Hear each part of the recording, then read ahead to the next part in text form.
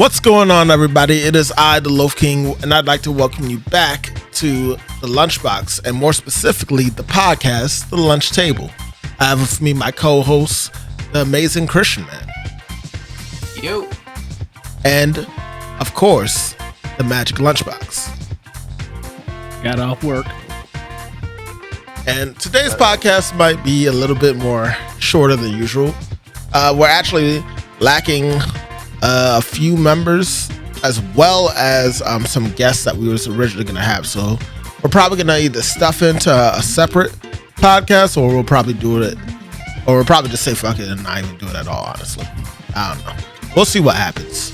But regardless, today we got a couple of topics here that we want to talk about with y'all today for the month of May.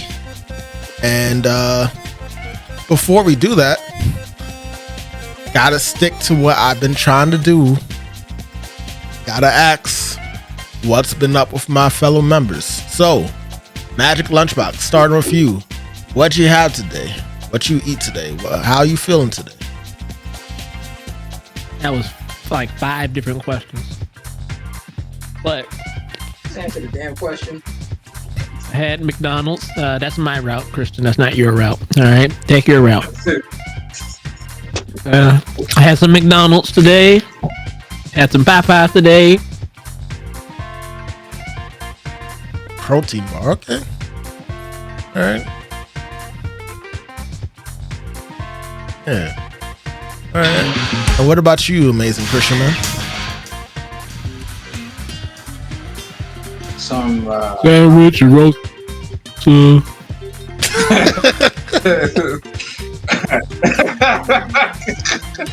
I had some pasta for dinner. I didn't have lunch.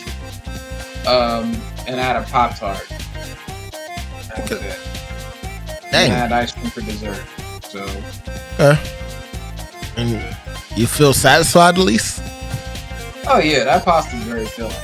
And I worked out earlier and I had like I made like a protein ice cream. So like I used like Shut the hell up, Christian. Carb Smart ice cream. Oh yeah, and like I said, I made Carb Smart ice cream. So like I had protein powder, I had like vanilla ice cream, and like some strawberries, and I kind of mixed it together. So like I guess it's not even ice cream, it's just a smoothie. It was pretty good. I enjoyed it. The hell up. You put protein powder. You mix protein powder and ice cream. Listen, you the last person to talk, Mister. I had Popeyes and McDonald's and a protein bar. Shut the fuck up. I didn't mix it in that. Smart. Like, come on now. I didn't mean you mixed protein powder. Who the fuck does that? I do it, my nigga. What the fuck? Hey, if it works for him, it works. Like someone said. Like, are you trying to bulk or are you trying to lose? What is it? Both. Yes. The answer is Can't yes. do both. You got to do one. One? Okay. You got to do one at a time. You can't bulk and lose. So how the fuck does that sound right? Can't bulk and lose. He loses in the spots that he wants, and then he gains in the spots that he needs. Exactly. Sean, shut up. All right, well, let me go ahead and confused. well, as for me, It don't change the. It doesn't. It's one of those lean proteins, so it's not. It's not one of those shits that can like bulk you up. so it's a weight loss one. Yeah, it's a weight loss protein. It's not something that bulks me up. It's just What the fuck is a weight loss protein? it's a weight. Like I still get. You still get muscle. It's like one of those lean. Hold on. It's buckwheat. Pretty good. You have this man now going to get it now. Thanks. That sounds free. Yeah. One of those buckwheat shits. By the way, buckwheat's pretty good. Not sponsoring anything, so pretty good. Buckwheat. Buckwheat. Buckwheat. Yeah. Version of protein. Chocolate. Can never go wrong with chocolate.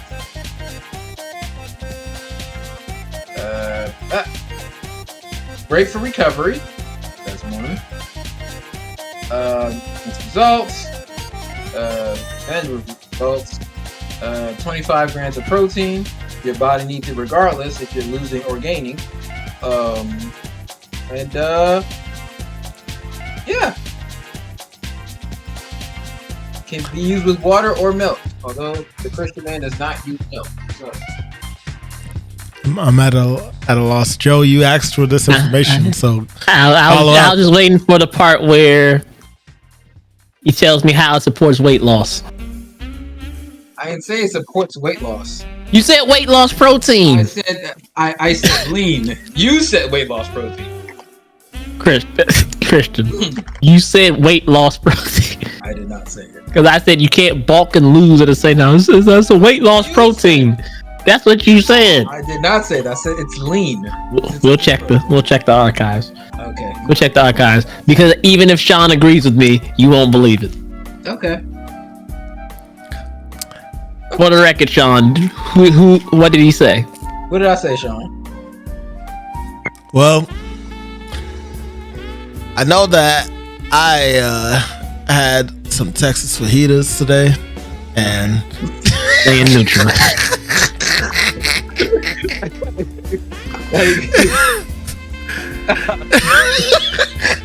It's literally lean protein powder. Like I'm not like. My mind honestly just kind of wandered off. And I was waiting to say my stuff, and then I was looking at the notes. But yeah, I mean, I don't know. Maybe it probably is it. It's just lean protein powder. It's not like your body needs protein regardless. So I'm just like, but I don't understand the problem, sir. It was that first it wasn't the protein powder part. It was the fact that you mixed it with fucking ice cream. That's what the part was. My nigga, you ate fast food and had a protein bar. I'm not trying to lose weight, nigga. my man. I'm not trying to lose weight. What is happening? That's the whole. Like, I'm not trying to lose weight. Trying to get lean. Like that's lean. It's lean protein. It's just the whole. You saying yes? You're saying yes. You're saying that now, but it doesn't change the fact you mixed it with ice cream. Joe, you got it. Okay. Next subject. But I'm it became about the protein powder when you said it's weight loss protein powder. I never said weight. Sean, go ahead, Sean. Next subject. I'm not doing this. I'm not. I'm not doing this with you today. I know what the fuck I said. Gotta get annoyed. We will check the archives, and if it turns out you never said weight loss protein, but I will apologize to you. Alright, well, Sean, what you were saying? And if it turns out you said it, will you apologize to me? Joe is over. Alright, so Sean, so that's a no. I'm not talking about this anymore. So we can't even admit when we're wrong. Woo, Joe. So yeah, Sean, you were saying. Can we please move on? I had like a. I'm just asking a question. I said I'd admit if I'm wrong.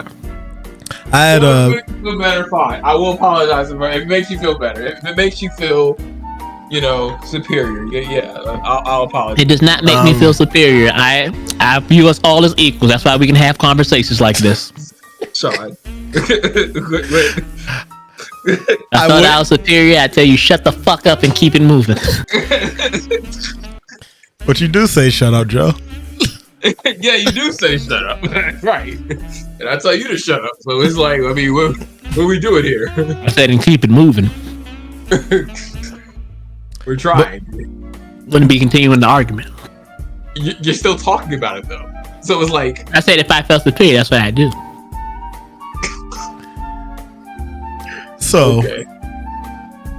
Yeah, I went to the gym today myself actually, but I didn't do that heavy of a workout. I went off of a peanut butter protein shake. I did it last time actually when I went to the gym with Joe not too long ago. Yeah, that was pretty much my meal for today. I had the protein shake and I had the Texas fajitas later on, so I was pretty happy with that. But moving past that. I love that it's different every single time, and y'all be giving me new titles to put into these podcasts. Today we have a couple of topics we're going to speak on. First one that I feel actually we'll go with this one first. So I know neither of y'all really know about it. Christian looked at a video of it not too long ago. But there was a game called Soulmask that came out earlier this month. It's an open world survival game where the players basically use ancient mask to like do different like combat moves and such. But it's a little more. Go ahead. Before we go further, you said it came out earlier this month? Yes. Did anybody play it? Yeah, I did. I didn't. Yeah, that's why I said at the beginning. I know that y'all don't really know too much about it, but I mean, there's a trailer right there that I put, so you. Yeah, it's all the trailer. Yeah. But I tried it out. It was pretty cool from what I experienced. The beginning I wasn't really understanding. Obviously it's early access, so like some things aren't like fully explained right away. But once I like actually understood how certain things worked, I actually came to enjoy it. At first I thought that I didn't have controller support, but towards the end playing it. No, but towards the end of the game, you actually pushed me to try again, and then it actually worked. So good. It does have controller support, and a lot of the moves are actually pretty cool in it. I didn't get to try out the archer, but I went with this berserker class, and I also tried out a stealth class, and it was actually pretty fun going through enemies. The AI actually seems pretty smart as well, compared to most, open world RPGs or just adventure games. Sometimes they're not like thinking out their actions. So, yeah, I think it's worth keeping an eye on. The environments also look really lush, and yeah. That's pretty much for my piece on it. If y'all looked at the trailer, y'all pretty much saw a majority of what I was speaking on. But does any of it look somewhat interesting to y'all? Nope. Nope. Okay. Looks like Conan Exile. Looks like Conan Exile. Doesn't look like anything new, really. Probably from look, yeah. It's got more of an Aztec theme going on with it. But I see what you mean.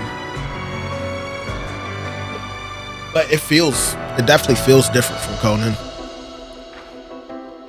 But yeah. Christian, man, you have any piece to add to that before I hop to the next topic?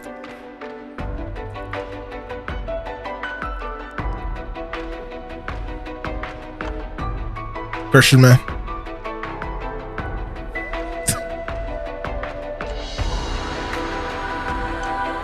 Christian. Damn good talk. All right. Well, moving on to the next topic. The president of Nintendo, Furukawa, finally announces we will have a Switch successor revealed within the fiscal year, meaning late as of March next year. And it seems it will be following its predecessor, at least in the Switch's physical design. I heard predecessor. Yes. An upgrade. Yeah, there's not too much that we can necessarily say on this. Obviously, we all knew that it was going to be coming eventually. It's just now we have confirmation on it. Do you have any feelings, Magic, on it following the Switch's physical design, at least? Does that bother you? Nope. Figured it'd be like that. Okay. The new Nintendo Switch. That's the lane they were going in when they went with the Switch. Yep. So Switch 2, that's pretty much sounds about right. So there are no designs for this game, right? For this new console, right? Or there's nothing like leaked out if that's what you're asking. All we know for sure is that it's gonna be following the same design and physical design of the Switch. So basically, it's gonna be another hybrid console. Okay. Like you guys, I've heard of this. I heard them talking about them making another Switch, but yeah, I just thought there was just like designs leaked or something. No, nothing's out there yet. I mean, well, is there something that y'all would like personally want from the next Switch besides obviously it having more power? Honestly, I would like it if they had better titles. Okay. Like more like original games. Like, listen, like Nintendo, Mario and Zelda has been their mascot for years. They've been killing the game. That's cool, you know. But it'd be cool if they had like, I don't know, a new Nintendo character or something, like something fresh. You know what I'm saying? Okay. Like just just a breath of fresh air. Like just come up with another original game that has nothing to do with like Mario, Zelda, or any of the original Nintendo characters. That would be cool. Okay. But they did. You know they did. I was just about to say that. You know they did. Like they did. Like who? They did a game called ARMS. They did a game called. I mean, they can come up with more than just that, though. Like, I know they can't. Like ARMS, like is that? I mean, do we even gotta talk about the Splatoon? I mean, I mean, it's one of their bigger franchises now. I was thinking more so like some no more heroes type shit. Like I thought the No More Heroes. So you want more? So you just want another yeah action game from Nintendo? Yeah, yeah. Say because they definitely had. Do you guys really care about ARMS? Do y'all really care about ARMS? I had fun with ARMS. I kind of was waiting for an ARMS too, to be honest with you. You was waiting for ARMS too? Okay, alright. Yeah. I'm not gonna lie, I had fun with ARMS. I used to fuck Sean up. Oh, okay. Oh wow, that's the first thing you would say. That's crazy. That's wow. Okay. That's what I played ARMS with. Yeah, but you have to say that. That's what I'm like. Yeah, I fucked Sean up. Yeah, you could just say, yeah, me and Sean had a good time. No, I fucked Sean up. Like, all right. You know how I talk. Nah, there was a couple of Nintendo Switch games that that were like what's the word? Okay, that were more action based. Like there was that cop one called I think Astral Chain. That was a dope one. Astral Chain. Yeah, that was that. I still never finished that game. It was pretty good though. Let me okay, so let me remix this a little bit. I would love it if Nintendo had a little more action games than they do. That would be kind of cool. Like okay, that's fair. Like because honestly, I don't care. Wait. Yeah, he faded out. Wait, Christian, say it again. You faded out. I said I never cared about ARMS and I never cared about. Like I never cared about one of those games. Like I'm like I knew in the back of my mind they had to have more like exclusive characters, but I guess I just did not care about them so much that I just blocked them out of my mind. But okay. Yeah. So you want characters that you need some characters that stick out more towards what you're looking for in a character.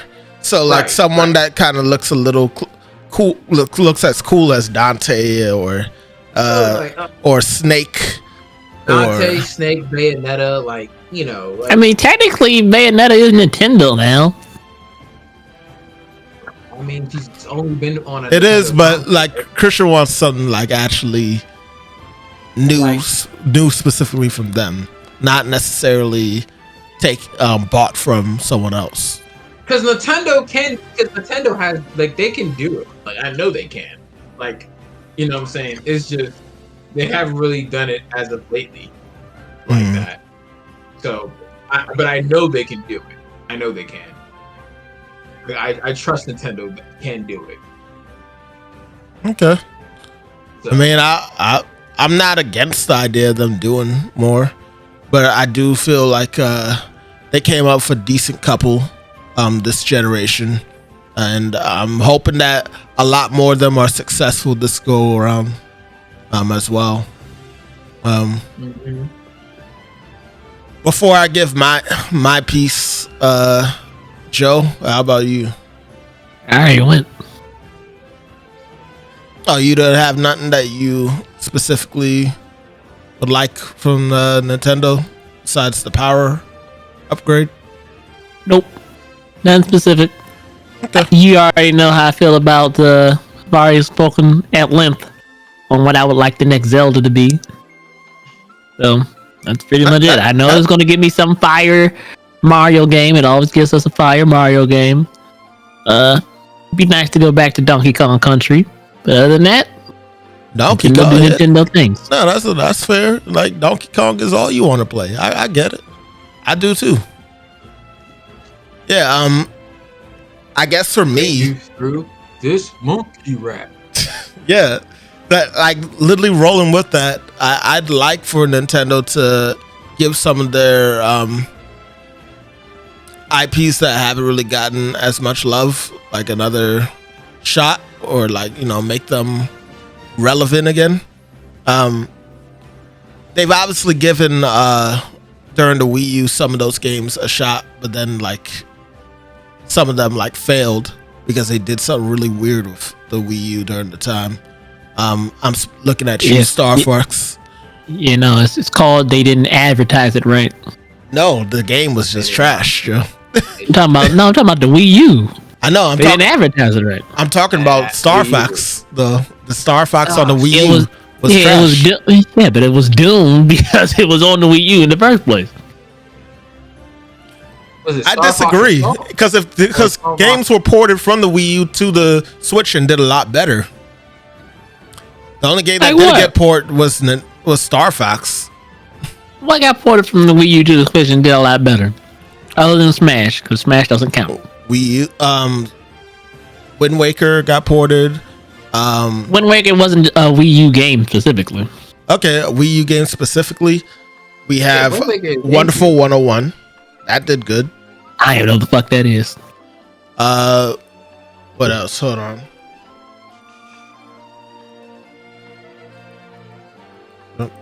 Don't. Wii U exclusives. Let's type that in real quick, and then I can name out the games.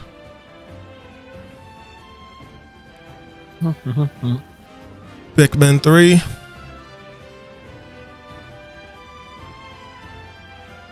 Kirby and the Rainbow Curse.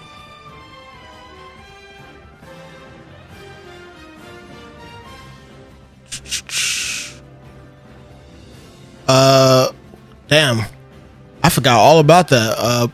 Pokemon, the fighting game. Pokemon did not come out on the Switch, as far as I know. I ain't mad anymore, or maybe it did, but I ain't hear about it after the Wii U. In fact, that's the only reason I even got a Wii U is for Pokemon. And it was ported to the Switch. Yeah.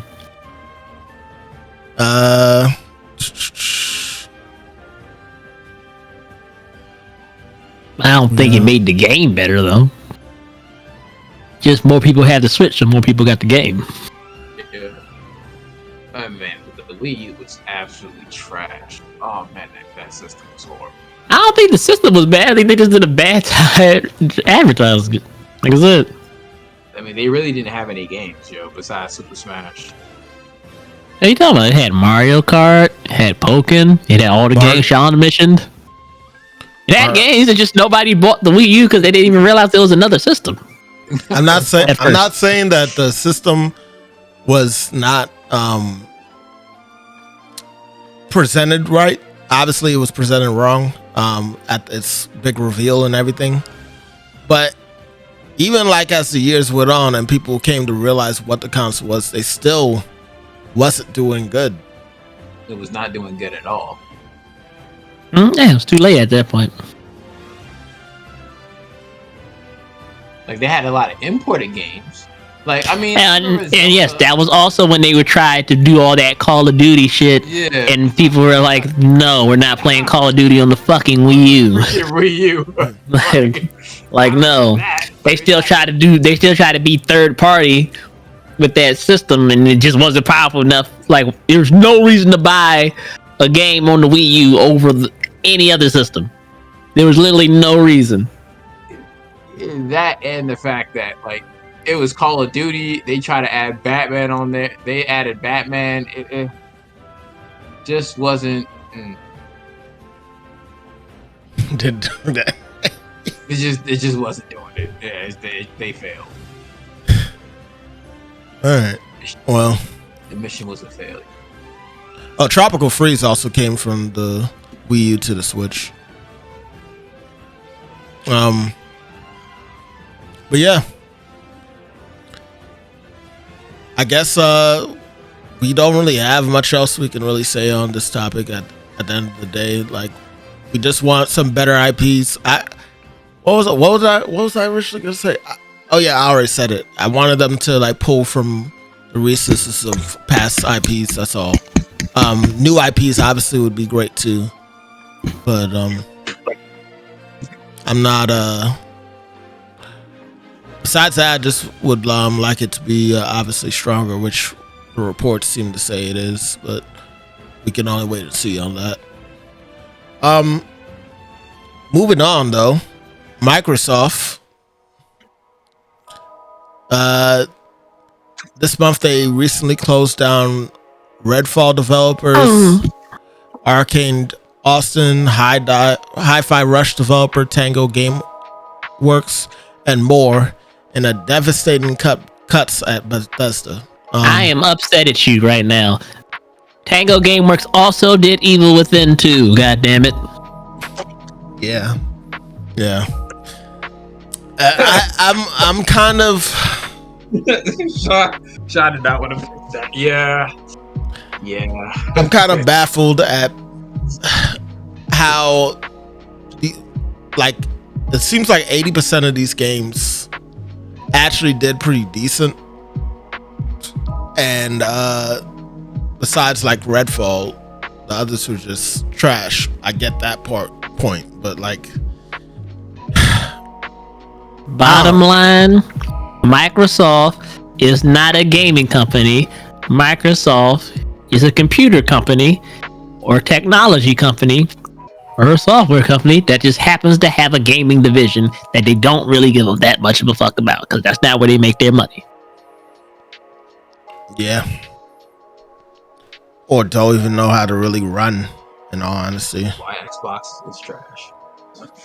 Yeah, this was honestly a huge blow for Xbox to the public, because it's unreal. Like, Hi-Fi Rush literally made it to the Game Awards. I can't remember the last game that actually made it to the Game Awards and actually won an award from Xbox in the last 4 years. So for them to do this after the success of like a game like Hi-Fi Rush, Evil Within might have also won something too way back when I think about it. But regardless, if we're talking on current, it's baffling, and I don't know what they feel they are to gain from cutting these people, and I just don't know. I really don't. It's money. It's money. No, Their bottom line is always about money, and like I said, and gaming is not what makes them the most money. it's not. Period. Their computer software and computers in general. And let's the elephant in the room. Talk about this goddamn Game Pass. It is great for us. It is terrible in terms of making money for Microsoft or for video game developers and stuff. Because really think about it. How much is Game Pass? Like $120 a year? I can't remember. Honestly, hold on. I can check that right now. Game Pass is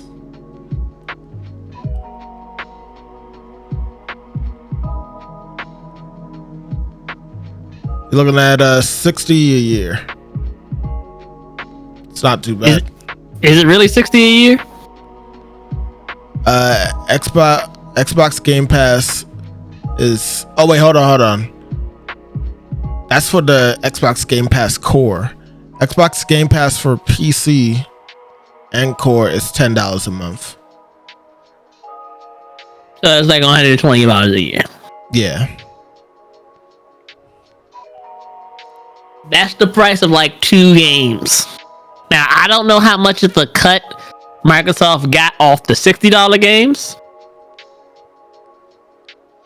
I'm not sure. Someone else would have to tell me on that. But say if everybody who bought games was on this subscription service, and now instead of buying, I'm gonna buy this game this month or 2 games next month and stuff, it's just that $10 per month. That's a lot of lost revenue, at least in my eyes. Because I know if I was on Xbox Game Pass, which I am on I am never buying an Xbox game ever again. Because it's on Game Pass. In October 22nd, we uncovered that Xbox Game Pass on console made $2.9 billion in revenue in 2021. Think about how many people would have bought Halo that didn't buy Halo because fucking Game Pass. They make 10 to 15% of the content and service revenue a year, at least according to Phil Spencer. So, yeah. And then why did they say they were losing so bad then? Well, I don't know how. This isn't that current, so maybe something changed within the past year. You remember that concession speech that nigga gave, right? Yeah, I do. And like the whole thing, it was at the point where people were wondering if Xbox was even gonna just dismantle and just bring their IPs to the other companies, which they have been doing. They have, but they did dismantle, which was like the big thing that everybody thought was gonna happen. Yeah, man. It's a wild day, and funny enough, I think before this, didn't Toys for Bob leave Xbox because of them trying to get rid of them? I think we did a podcast on that. Yes, they did. They went independent. They're like, oh yeah, we're gonna go independent. Doesn't mean we won't work with them. We might work with them later in the future, but yeah, we're not going to be under them. No. And then all that happened. I was like, man, Toy for Bob making decisions out here.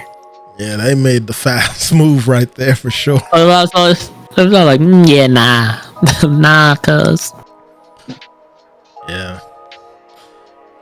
At least we know that Spyro and Crash are still safe, but all these other companies, I mean, I think I heard that Tango Gameworks, they're trying to get themselves together to I hope so. Save themselves. I hope they do.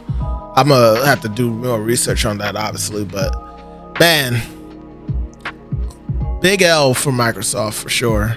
It doesn't help when they taking L's, man. And it doesn't help that it seems like what's it called again? Senua. Hold on. Yeah, Hellblade, Singular Sacrifice, yes. Yeah, is very mixed That's like they've been working on this game for 7 years, and this game finally comes out, and the opinions are so mixed with the game because at the end of the day, it does look gorgeous. But the rallying complaint that I'm seeing is that it's just a walking simulator, really. It doesn't feel like a game at times. It just feels like you're just watching a movie and walking. And there are games that are specifically designed around like a type of concept like that are more engaging from what it sounds like than Hellblade 2 is. I can't obviously judge because I haven't played it myself. I still am gonna give it like a try. Apparently the game ain't even that long. It's only 4 hours long. So I was gonna like play like an hour of it and give my quick opinions, but yeah, that definitely is not helping them either. So I don't know. Microsoft, y'all gotta get it together. That's all I can really say. Y'all are making some very rash decisions for unnecessary reasons, unless there's something that they're not saying that's happening in the background that we don't know about. But yeah, good luck to the developers that got laid off, and I hope y'all make a strong comeback. Moving on, do y'all want to do the impressions real quick on Multiverse? Or do y'all want to? Fine with me. Okay. Fine with me. We played Multiverses. It's back. Obviously, everything isn't out yet. Like ranked isn't out yet, so we'll have to wait to see how the servers are afterwards. I got disconnected from from 2 matches, but it was the same guy. So far the connection's been all right. Well, other than that one disconnect, but every time I played with Sean, we were playing against people, connection seemed fine. It's a lot more actual single player content in there that you can play / co-op content. So all in all, I think it's made a lot of strides from when we played in the open beta. But I call it a great game? No, but it's a fun time sink. Yeah, just a fun game. Hop in, waste some time. There's definitely some work that could be done to it. Just like Joe, I also had a little bit of trouble at first with getting online matches going. Matter of fact, I couldn't even play any online matches for like a good 15 minutes, so I just went to the story mode. Yeah, but I think you had some more your internet thing. Yeah, it could have been. I won't deny that, but the fact that you also had some issues, I think also speaks to it. And other people who have been saying it too. So it's not just the calling card of the game is definitely the wacky, stupid, fun shit you can do. Just the fact that you can have Jason and Arya start jump roping with Superman and Wonder Woman is just fucking hilarious. Yeah. I definitely.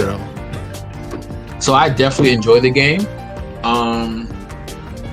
Like the both of you said, it definitely can use a couple of patches here and there.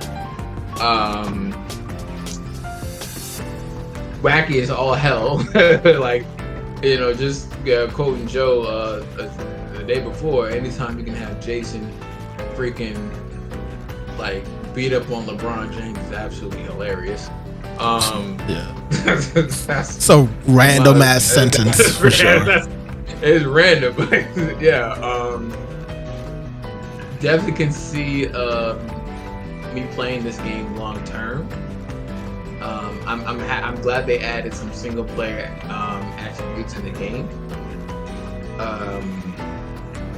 I definitely look forward to more characters being added to the game. With the exception of an Agent Smith. Well, let's say an exception because I like Agent Smith in the game. Agent Smith being in the game is kind of cool. This is you can't have an Agent Smith without a Neo. It doesn't. You can't do that. Like they have to. Come on, Warner Brothers. What are you doing? Like But I definitely like the character selection. Yeah, there's some characters that I thought we would have seen in the game by now, but that's the thing, they can add them whenever. So like, I'm not too worried necessarily about that. One question I do want to ask both of y'all: do y'all feel like the game's a bit too slow? Like the movement? Not me. No. Not really. I mean, I play Jason, and he feels exactly how I think he should feel. He shouldn't be fast as hell because he's a big hulking motherfucker. I feel like Batman could have had a little more combos and like, you know, special attacks. I mean, and you were playing Banana Guard. Banana Guard shouldn't be fast. No, obviously, Joe. I was playing with Arya from the beginning. So I'm just saying. But I'm saying that based off of honestly the first game. I feel like when the game first came out, it was a lot more faster. I don't think so. Maybe. But I don't know. Maybe it's the fact that the characters are bigger on the screen that's making it feel that way for me personally. Because I mean, if neither of y'all feel like it's slow. I mean, I don't know if you even remember the beta version Christian that we played way back. But I mean, yeah. And there's also this thing of people trying to thinking it takes long as hell to unlock characters. It really does not take that long to unlock characters in this game. If you actually do the fucking quest, it does not take long at all. Oh yeah. Because I think it'll take me 77 hours to unlock Joker. Yeah, nigga, if you just played PvP online, it probably would. If you and not do any quests, probably would. Yeah.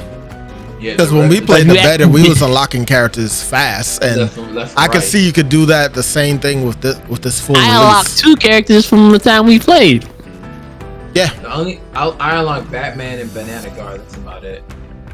Well, Banana Guard was Marvin and somebody else. Banana Guard was money for somebody else right now. Banana Guard was automatically unlocked. I think I unlocked following Jason, day. Yeah. But in terms of like just getting the points to actually unlock any of the other characters in there, yeah, it won't take you long at all. You just pay attention. Really not that bad. Just pay attention to the missions on there. You don't even have to do all of them because they kind of recycle after a while. So like, you can just get the majority and then just play on your own time. If you want some extra points, you can still technically play the PvE mode, the story mode. Basically, I think you can earn some points doing that one too.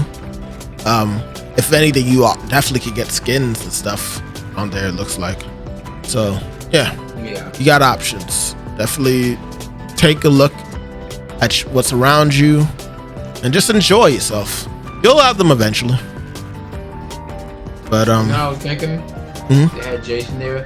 You just need one more scary character, and that's Chucky. Why Chucky? Out of all the characters. If they're going wacky, we might as well go all the way. I mean, you know, Bugs Bunny. you know, I hate Chucky. That's what this is. Gosh. Well, you know what I mean? Bugs Bunny fighting Chucky. That's hilarious. No, fuck that. What do you all actually? Who do y'all actually want as a character in this game still? Like just one character, just name one. Not Chucky, Christian. Yeah, I know. Warner Brothers, it's gonna be Daffy Duck or / Duck Dodgers. Yeah. Or also, since it's Warner Brothers, it technically could take some Mortal Kombat characters in there. That's what I was thinking. It's a generic idea in thought, but I would like to see a Mortal Kombat character facing against Steven Universe. That's hilarious. I mean, the fact that we got Jason is already kind of wild. But the fact that Jason's in here now lets me know that, oh, that's right, you can have Alien in here if you want. Freddy. Or Predator. Oh man, Predator probably is going to be... I would not be surprised if that's right around the corner. Go ahead, Christian. Warner Brothers, right? Yeah. Freakazoid. Okay, that would be cool. That's out there. Shoot, I'll go and I'll add on to that and say Animaniacs. Animaniac, right? Like I don't know, y'all young listen to y'all know nothing about that, but it was a good cartoon back in the 90s. And it was a reboot, so you can watch that. The reboot, you don't have to watch the old one that we looked at. No, the reboot's still the same though. Funny. The reboot's actually funny. It is, yeah. But okay, so Multiverses is back. I would suggest y'all that haven't tried it yet. Take a look at it. Jason is a lot of fun. Yes, a lot of fun. Joe and Amazing Christian Man have been playing him, and I've seen the gameplay. He is just the body bag into the swing off the stage is already wild enough, because I don't think there's many characters that actually grab besides Superman and him. Wonder Woman grabs. Well, that the pole. The lasso. Yeah, the lasso pulls. I mean, like grabbing, just like throw the enemy. Oh, throw. Okay, yeah. Yeah. But Superman. I feel like that's kind of an easy victory in a way, because literally all you gotta do is really just like fly. Go to the end of the stage and slide them off of the deck them, and just deck them. And if they have enough damage points, they're out of here. Yeah, people have been saying that they haven't been having as much of a problem with that anymore. Matter of fact, seems like I was playing by myself the other day, and Velma seems like she got nerfed the hell down, and you probably did. I'm kind of sad about that, but it's still the beginning, and she had her shine in the original.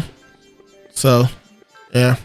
Right now, I think I'm going to be messing with Harley Quinn and still Arya Starks. Now, since we're talking about... which Mortal Kombat would you want in the game, Joe? That's like... Which Shinobi? Scorpion. No, Mortal Kombat. Like, which character? Technically speaking, Mortal Kombat would be... since Mortal Kombat is Warner Brothers, they could put one of the characters in the game. So who would you want in the game that's not Scorpion? I mean, it would be Scorpion. Scorpion's gonna be in the game. It doesn't have to be Scorpion. It would be either Scorpion or Sub-Zero. It's always one of them two. Yeah. Okay. That's just what I was about to say, like Sub-Zero. I personally think it'd be Scorpion. I believe Scorpion probably Sub-Zero. Ooh, personally, what I think they should, other than not Scorpion or Sub-Zero, it was definitely no, it wouldn't be Johnny Cage. What do you mean? Why would it be? It would be either Raiden or Jax. Damn. Raiden's more iconic to Mortal Kombat, so Raiden makes more sense. It does. But Jax is Special Forces. Yeah. And I just don't want Sonya.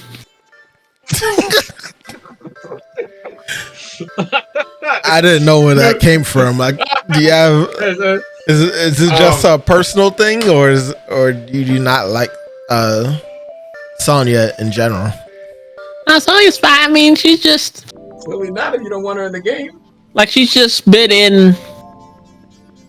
She's been in too many Mortal Kombat games since recent. She's been in all of them, damn near actually. All of them except this one. Well, technically, she's in Mortal Kombat. Yeah, I just don't find her character to be that interesting, to be honest. Okay. I mean, to be fair, her character is kind of one dimension to an extent. I mean, I don't. Always been like one way. I never really paid that much attention to Jax and Sonya like that until like maybe 9 and 10. It was always about Scorpion and Sub-Zero. Or Liu Kang and Kung Lao. And maybe Johnny Cage. I can't do Johnny Cage. What's wrong with Johnny? Like, why are you hating on Johnny Cage? I'm fine. I'd be fine with Johnny Cage. It won't. Actually, Johnny Cage would make sense since Mortal Kombat is coming out next year, and they finally putting him in there. Yeah, that's actually confirmed. should have been Yeah. in the first. Yeah, because they teased it at the end of the first one. Yeah, he should have been in the first one regardless. Yeah, he most certainly should have been the first one. But yeah, Sean, why do you not want Johnny Cage? Why did you say don't say Johnny Cage? I just don't want Johnny Cage. Why? Is there a reason? I've had enough. What do you mean you've had enough? He hasn't been. He wasn't in the movie. So what's different between Johnny Cage and every other Mortal Kombat character that has been in most games? I've had enough of his personality. I mean, to be fair, like before Mortal Kombat and the Mortal Kombat 11, his personality wasn't unbearable. He was actually a lot more serious. So Yeah, it was. In 11 and X. yeah, and X. So he wasn't like unbearable anymore or obnoxious.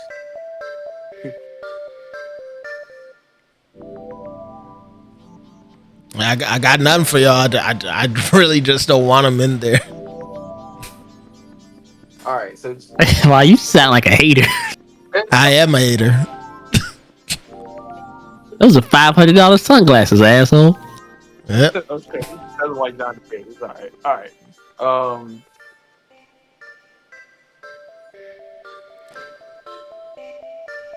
That was all the characters though that we said when we already chose from Mortal Kombat. So yeah. Well, y'all did. Joe already said that Sub-Zero. That was the only other one I was thinking of. Other game that we played recently was XDefiant. I know Christian Man won't really have much because he only played like one game with us. But me and Magic can give our input on that game. For the most part. Sneeze. So it does just basically feel like a Call of Duty with some extra special abilities that they would have knacked onto it. But I don't know, maybe because there aren't that many shooters that feel as grounded as that game can be at times. I kind of enjoyed playing it. It was something simple to hop onto and play and like get off without having to like think too hard about everything you was doing. I don't know. Magic, what's your input? I had fun playing it. Haven't played a shooter in a long time. It's just a basic team-based shooter in Ubisoft world. So you'll play matches from maps from Far Cry or Tom Clancy or The Division or Ghost or shit like that. So I said it's fun, just fun time. It's definitely some sub weapons and stuff that you can use that I see people use a lot to get the advantage. One thing I see used most often is definitely the freaking, it seems like a flamethrower that flies across the screen and then it explodes, but it's like a bomb that does it. I get so annoyed when I get caught in that, but I've messed with like 3 of the weapons: the sniper, the assault rifle, the submachine gun, and I was cool with those. I think I might have actually even tried the shotgun, but I only tried it once. Did not like it. But one of our friends that was playing with us, Galena, she tried out the shotgun and she was liking it for a good minute. So I don't know. To each their own. Joe, what did you end up sticking to for the most part? I just had the regular. I just started off assault rifle class, the M4A1. Didn't play that long to unlock all the other ones. But forgot what the light machine gun was, and the marksman rifle. Yeah. I had the chain machine gun. That was pretty cool. Wait, which one? The big machine, the heavy machine gun. That's the Oh. LMG. Oh, okay. Yeah. Gotcha. Yeah, I didn't try that one. Maybe I'll try that at some point. But yeah. It's a Ubisoft game that's pretty decent.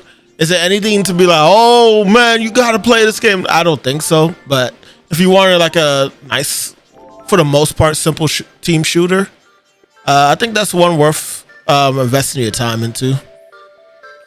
Nothing too groundbreaking, but just fun enough to keep you coming back, in my opinion. So yeah, check out XDefiant. Oh, and just a heads up, it may not be a big deal for y'all, but you will be using your Ubisoft account for your name. If you have like a past name on there, it's probably gonna pull that. You could probably change it so that it doesn't show that. But, Whatever your Ubisoft account name was. But yeah, like from example, I was on there as Nigel Thorns, and Amazing Christian Man was on there as Kakor. No, he won't. You gotta accept it just like I'm accepting Nigel Thorns, man. It was the return of a legend. But yeah, check it out. It's by the way, both of these games that we mentioned, they're free. So, unless you was planning on like buying like a battle pass or a special skin or some currency on there, you're good to go with playing it with no extra fee. And it also doesn't seem like there's like advantages to paying money in the game. Like, so you ain't gotta worry about that either.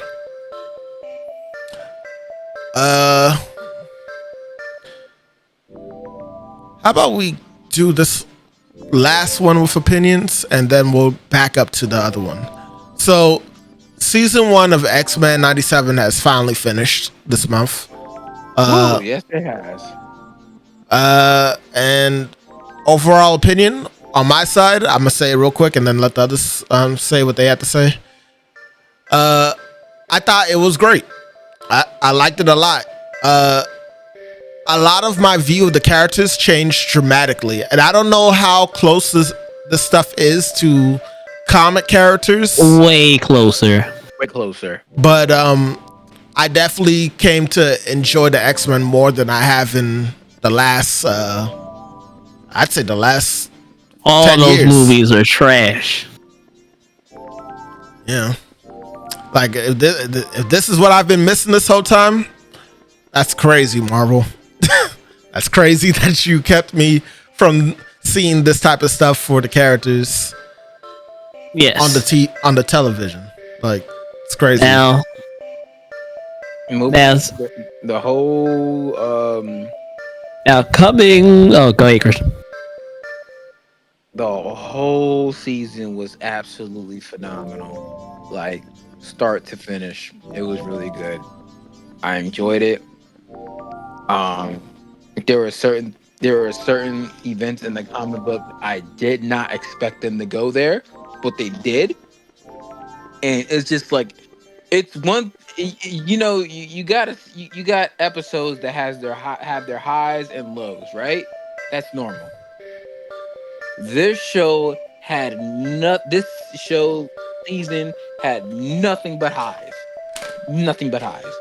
They just kept on surprising me. Every time I think they're not gonna go someplace, they take it there, and it's like, oh, y'all chose violence. Literally, y'all taking it there. Okay, cool. Like, start to finish, the characters, all of it. And what I like about X-Men 97 is it's not geared towards this generation. It's geared towards the now adults that grew up with this cartoon. Anyone born in the 90s, raised in the early 2000s, like this, that, or even like anyone born in the 80s, like late 80s, raised in the 90s, early 2000s. This is what it is. It's geared towards that audience, and it's awesome. It's a cartoon. Disney still got to go, go by certain guidelines because it's a cartoon, and still kids might want to jump in and see what's going on. but it's really geared towards us, like, millennials. I love it. So you enjoyed even the Jubilee episode that was on tap? Even Jubilee stepping up. Yeah, I enjoyed it all. I like from start to finish. They have you can tell by the fights they played more versus Capcom. They off jump. They played more versus Capcom. Like from Cyclops to freaking Wolverine and Magneto and who else? Really, the main focus really was on Cyclops, if I'm being real with you. But like, you can tell they play more versus Capcom. Like, yo, they more than understood the assignment. They exceeded expectations. Okay. Yo. And I'll agree with everybody. I absolutely loved it. I thought it was great. This is coming from a biased man who was a big X-Men fan. And it did me good, it did my heart good to have a new generation be able to see these things in actual color in action. Because a lot of people only knew X-Men from the live action movies. If you only knew X-Men from the live action movies, you didn't know that Rogue was one of the most powerful people in the X-Men team. You didn't know that Cyclops was a bad motherfucker. You thought he was just some whiny cunt guy who definitely couldn't get over Jean Grey. Cyclops. Cyclops was the biggest awakening for me personally. I've watched the other shows. Don't get me wrong, but not. I haven't seen it to this level, and maybe I forgot the original X-Men '97 or whatever. So I don't have the idea of how Cyclops was in that, but yeah, this was an eye opener for me for sure. For him, you definitely did Cyclops justice. Yeah, and you probably thought Storm was just some bitch that said, "You know what happens when a toad gets struck by lightning? Same thing happens to everything else." just some random lightning. But no, she is like the mother of the X-Men. Whereas Charles is the grandfather adopted. Wolverine's like the father figure. He's the oldest. He looks after him. Cyclops is the big brother. I say Wolverine's more like the uncle of anything. Uncle. You can say uncle. Yeah. Everything well respected. You probably didn't even know about Jubilee, who was a really big part of the X-Men back in the day. Really popular X-Men back in the day. You probably didn't know about her. You probably didn't know about Morph, who, as you can see, can shapeshift into not just other mutants, but other characters as well. I'll say right now that I did not know anything about Morph for sure. I didn't even know when he even joined the team in the original show. Yeah, you probably knew nothing about Mr. Sinister. I did not know nothing about Mr. Sinister. It's probably a lot of things that you didn't know. And all the others, so. Probably a lot of things you just didn't see. You probably had no clue. Who is this black guy here? It's Bishop. You probably had no clue who that was. Sadly, I won't lie. I didn't know about Bishop until that one movie. Oh man, and the way you thought about Apocalypse is probably way different than what you're going to see next season. Yep. Yeah, I'm figuring he wasn't always shiny blue. No, it was not. I don't know if you know what show I'm referencing when I say that, but we're just going to keep that moving. But yeah, it's just like I said. I thought they did a really great job. It was entertaining, which is what they're supposed to be first and foremost, and it really captured what was great about the X-Men. They didn't just focus on one person. Let's be real. The live X-Men was pretty much all about Wolverine. Yes. Rogue was just some damsel in distress the whole fucking time. Didn't do a goddamn thing. Cyclops is just a guy who loved Jean Grey and didn't do a goddamn thing. Jean Grey was just the Phoenix in the very last one, X3. And then just Wolverine doing Wolverine things. Pretty much all the other movies. Until you got to the First Class and Days of Future Past, stuff like that. I don't feel like I know I'll keep going back to him, but I don't feel like I ever saw Cyclops do anything worthwhile in any of the movies. Because he was only in the first three, really, although he did make a cameo after Days of Future Past. He didn't do anything. Cyclops did nothing. Yeah, he didn't really do anything. Like they like. He got his eyes mucked up by Toad or some shit, or Toad Yeah. stole his visor and he did nothing. Yeah. Like honestly, like when the movie started, like I mean, as a kid, I didn't have a problem with it. You know, I was a kid. Live action X-Men, cool. But after watching those movies, as an adult, it's like, damn, this did not age well. Well, X2 is like the opening X2 is still dope, but yeah, the movie's definitely like Sabretooth was just a fucking dumbass, didn't talk. stupid. Yeah, it was just stupid. Like they definitely hold out Cyclops like to the extreme. I bet you in the first episode, John, when he took Cyclops spices off, you probably like, oh, there he goes. Yep, I did. I won't deny it. I was just like, Yep. all right, here we go with this shit again. Can I see the next character? He's like, I give up. Like, no, I don't. Nope. Cyclops is going in. No, the fight's not over just because you took Cyclops' visor. That's not how his powers work. He's usually holding his face like, Yeah, like that's not Cyclops. if I open my eyes, I'm gonna hurt someone. But that wasn't more so. What was annoying though was like Jean Grey. Like I'm so happy they didn't make her like faint every time she fucking used her powers. Like I'm happy they took that out. Like that was kind of annoying. Like That was a thing she did a lot in the show. there was that. The show that I was watching.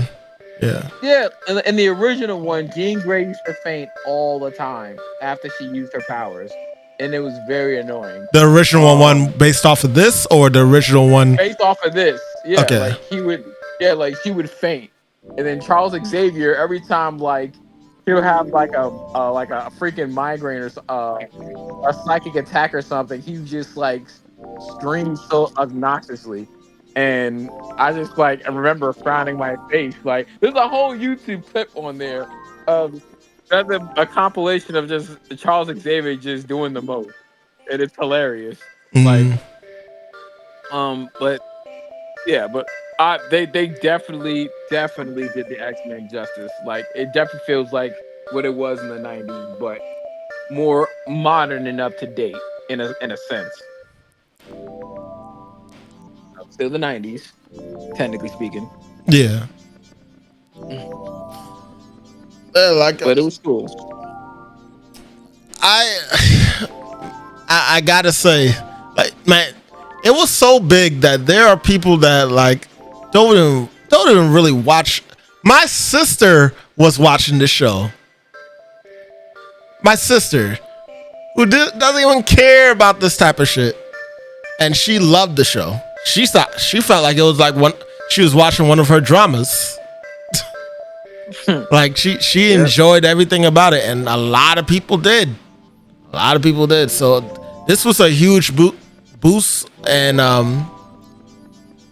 don't know if the right word to use is. I'm not gonna even say that word. It was a huge realization, I think, for a lot of people for how much.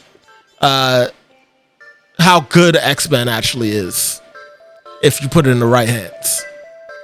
And I hope that they can like keep this momentum going for the next season. I'm already interested in what's going on. I won't lie. I'm more interested in where Wolverine and the others. Well, before we actually end this, I guess spoiler alert. The end of the season, what did y'all think about that last bit? Mm-hmm. What do we think about the last part of the season? Yeah, that last piece of at the end that they were showing. You talking about the how they ended? Well, it's clearly going into. It's clearly been hinted at that Onslaught is going to be coming. Yes. It's clearly hinted, and the obvious thing that they just straight up showed in your face was Apocalypse is coming next season, and Gambit is definitely going to be one of his horsemen. Okay. Wait, what? Yeah. Gambit's death. That's why he picked up the card. Yeah. Apocalypse can bring people back to life. They just won't be the same. All right. Is Onslaught the one that's on Scott and Gene's? It's the place where Scott and Gene ended up. No, they are in the future. Nah. They're probably going. Go ahead. Now, Cable and them are going to tell him about Apocalypse. All that stuff is dealing with Apocalypse. Okay. I gotta say, I was not interested in where Scott and Gene ended up because you have no idea who Mother Ascani is. I don't. You are correct.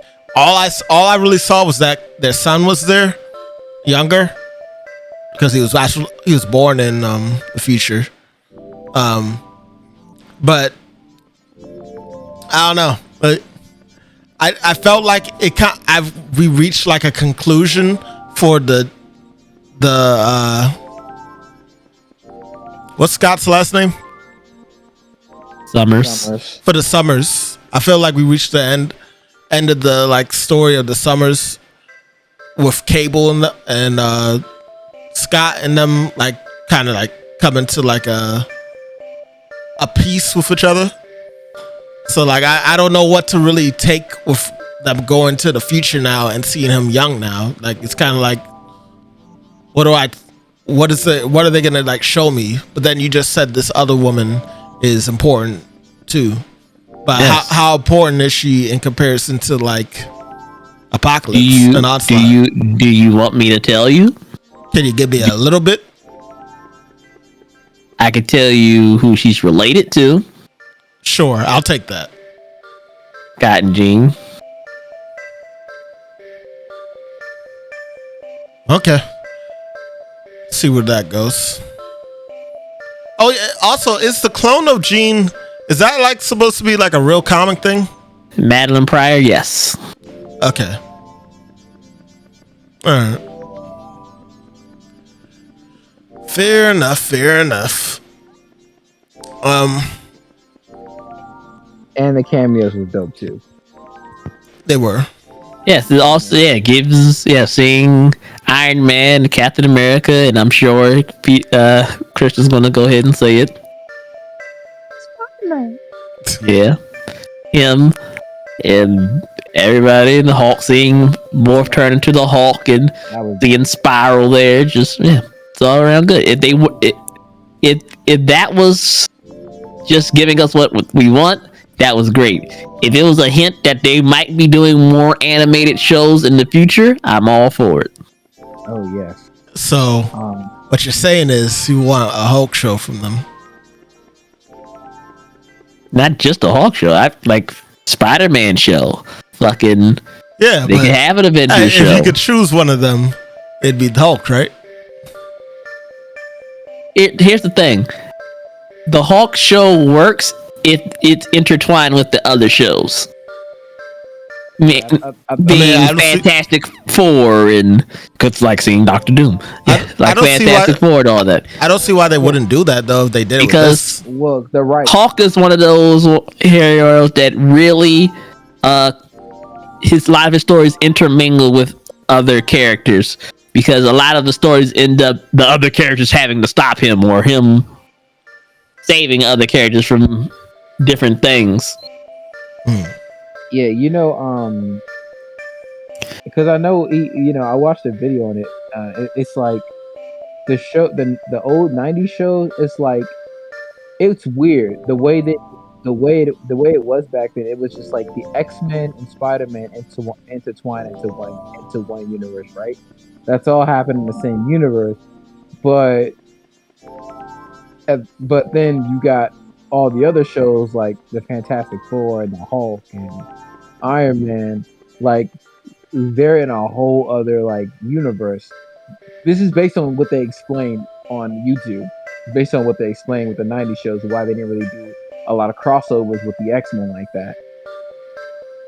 Because different TV stations had the rights to the characters. Like UPN had the rights to the Hulk, and it was the Hulk, and I think Iron Man, but I think Iron Man. Don't quote me on that. But And then, you know, of course, Fox was, you know, X-Men and Spider-Man. So it's like they couldn't really like put them in the same show. Like they couldn't really have an episode where like I don't know, say like some shit like Hulk's working with like Captain like America. Hulk's working with like the Fantastic Four or something. Not Fantastic Four. I mean, because he wasn't a Fantastic Four. The X-Men. Like the Hulk couldn't be working with the X-Men or Spider-Man because you know the rights. But you know, so Even with the old show? easier. Yeah, even with the old shows, like they make cameo appearances, but you know that's it. That they didn't really do anything else out of that. Like you know, Spider-Man had a cameo appearance as well. X-Men was actually in Spider-Man, but like, I think the most cameo appearances they had, you know, in the original show was Iron Man. Well, it wasn't even Iron Man; it was War Machine, and that was literally brief. That was like Mojo's world. So, Was it as brief as Captain America showing up in this one? no, because Captain America actually had his own episode in the original show. Okay. Yeah, he had his own episode. When he was working with Wolverine. The more you know. Yeah. But yeah, that it should be easier now since, you know, Disney owns the rights to those characters with the exception of Spider-Man, because they still, you know, Sony still is not giving up Spider-Man even though they're doing a horrible job with Venom. Yeah. Yeah. Could only wait and see with that. I thought there was a deal that was going down again with Marvel trying to get Spider-Man from them, but I don't know. I'd have to do some more research on that. But yeah, I said Spider-Man. X-Men 97, definitely worth a look, people. Again, I understand that, you know, some people probably aren't necessarily that interested in cartoon and all, but let me tell you, give it a shot. If the first, I promise you, if the first episode doesn't grab you, then I guess it's not for you. Simple as that. Come to me, my X-Men. But like the fact that my sibling that doesn't even watch, heck, no, even I could even say my mom ended up watching it with my dad. My dad's a big fan, but like my mom ended up watching it. She got caught into it. She got pulled in just from watching the first episode. So I feel like that speaks volumes to how it can gravitate to a lot of people's different interests with, you know, whatever type of genre of shows that you like to watch. It feels like it has it all. So yeah, X-Men 97, give it another look. You cannot have good X-Men shit without Cyclops being good. I'm gonna have to agree after what I saw. Yep. Like, he is the Captain America of the X-Men. I never cared really for him like that. Watching, and I can understand that watching the movies, you wouldn't care. There's no reason to care. If you watch X-Men Evolution, there's no reason to care about Cyclops because that's about Wolverine really being the fucking lead. Really exactly. The leader and stuff. That's exactly what I was looking at. I was looking at Wolverine as the main one. Wait. I gotta stop y'all right there. What? X-Men Evolution, Cyclops was not that bad. He wasn't bad. It's just that he wasn't really relevant in Evolution. He was just a teenager. Yeah, he was just a teenager, but we gotta give Evolution their flowers too. Evolution was a good show. Yeah. I'm just saying. Let me look up X-Men Revolution again just to make sure I'm thinking of the right one. Yeah, Evolution was a good show. You got Spike and Shadowcat and Wolverine teaching them how to drive and all that shit. It was a good show, absolutely. And then we got, X-23. That was. Wait, hold on. I remember him having some bitch moments in this too. Like I said, he was a teenager. Yeah. So like I said, he wasn't really bad. It was just that he wasn't really relevant. Yeah. There was an anime one that came out also where he wasn't necessarily a bitch, but he was an asshole the whole time. He had like a trench coat and shit. He had a trench coat? Yeah. I don't know what that one is. Yeah. It don't matter. Point is though, the question was about evolution. Yes, he did have some good moments in it. It's just, yeah. Clearly this one, he stuck out extremely hard to me as a true leader and like not Sean, a bitch. you know when he fell out that plane and optic blast his way down with that landing. You know you're like, what the fuck has I been watching? If I recorded my reaction when we was when I was watching that show, because I watched that on my own because Christian was telling me to look at it, and I gotta say I was just like, whoa, hold the fuck on. I was expecting like who is this Storm to grab him or Jean, because they're clearly strong enough. Nah, this man dived straight downward all the way to the bottom and then just propelled himself up with the side beam, and I was just like, felt it. I was just like, what? Oh, okay. Have I been missing this whole Like, time? who is this nigga? Had to hit him with the shack. I'm sorry, sir. I was not familiar with your work. Yes. I was unfamiliar with your game. He hella humbled me. he was like, hold on. You've been looking at the wrong side of me, man. Clearly. But yeah. X-Men 97 again. Look at it. Watch it. Please. Give it a shot. Hell, you can come to the comments and tell us why you didn't like it if you have to. And I'm a huge supporter of this show right now, and I want to see more. So, yeah. Let's fly through these two topics, and then we'll end it on one big one. First one, the Diddler's apologies on Cassie. So, if y'all been living under a rock, there was an assault on Cassie that leaked out. Cassie Ventura in 2016, and basically it shows her walking to an elevator.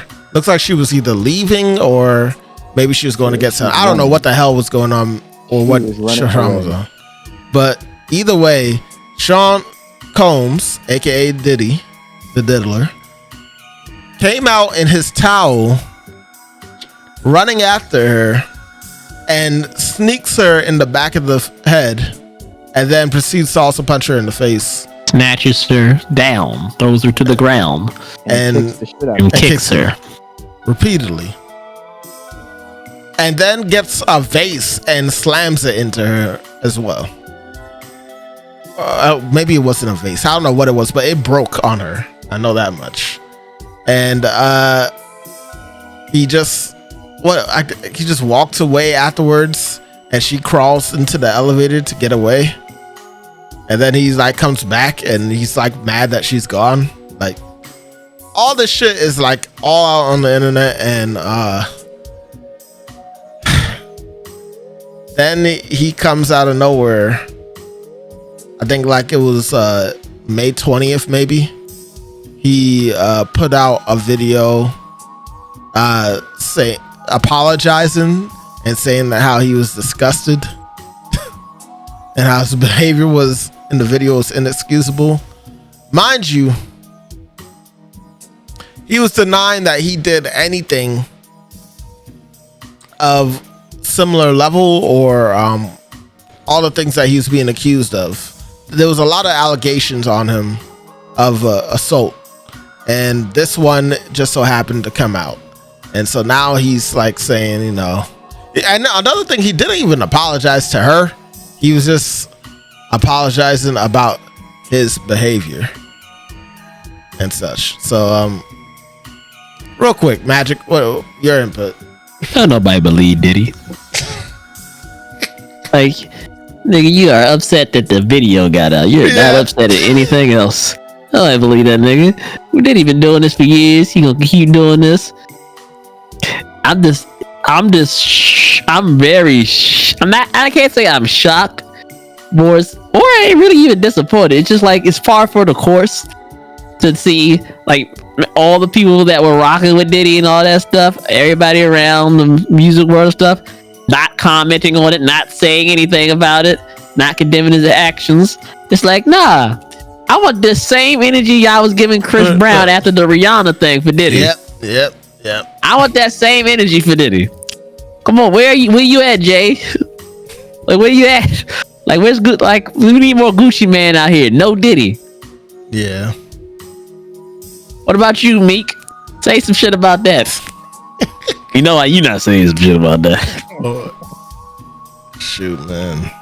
Like all these things that are coming out. But it's not. But it wasn't shocking. Video wasn't shocking at all. We all know what Diddy fucking do. Yeah. It's a damn shame that everybody knows what Diddy do. He just doesn't. You can't get more hardcore proof than this when it comes to like an allegation on assault. And like he's still fighting against it.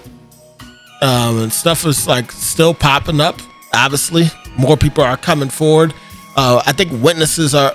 I didn't read the article not too long ago, but I think the witnesses are supposed to come forward, speaking on this, and with proof and everything. So like, something's gonna be going down soon, and don't be surprised if we see Diddy on freaking a Netflix special, Surviving Diddy, or some shit like that.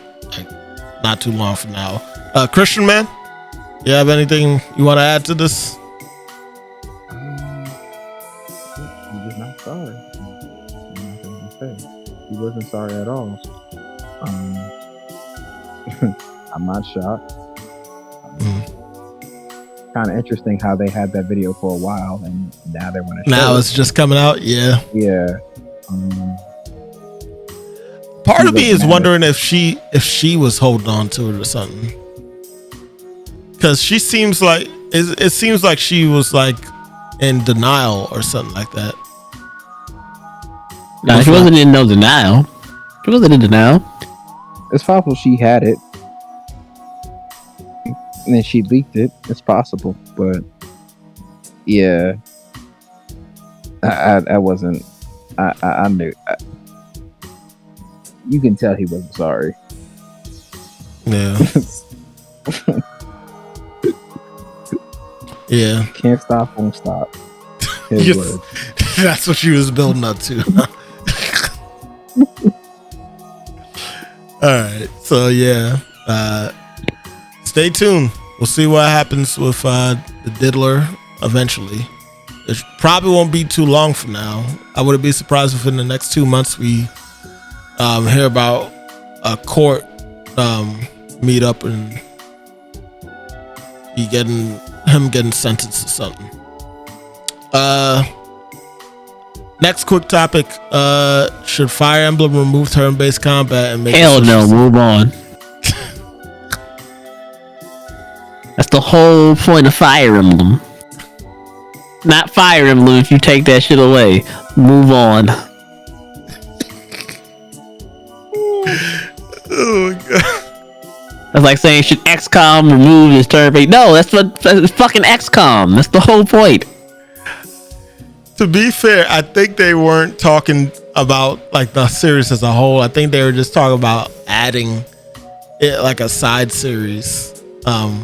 My nigga, we had the Fire Emblem Warriors game. Yeah, I can play that. Wait, what? How is that the same?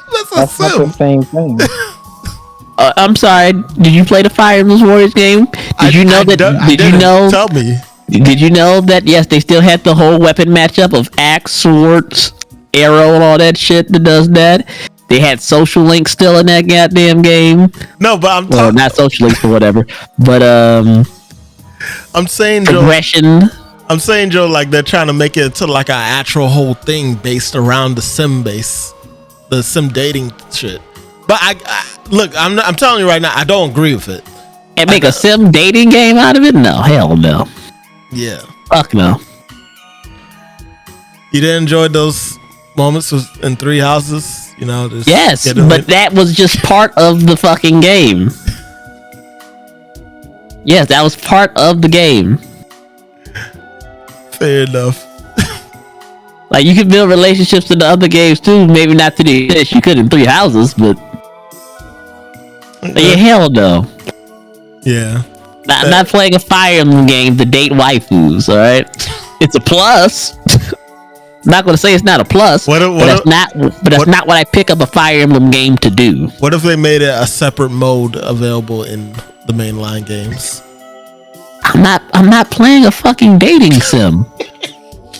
That's not what I have never bought a dating sim in my life, and I'm not going to. You played Sims though, right? I've never bought a Sims. I played Sims Sims in the city. I played Herbs too. It was actually kind of fire. That was the only one I played though.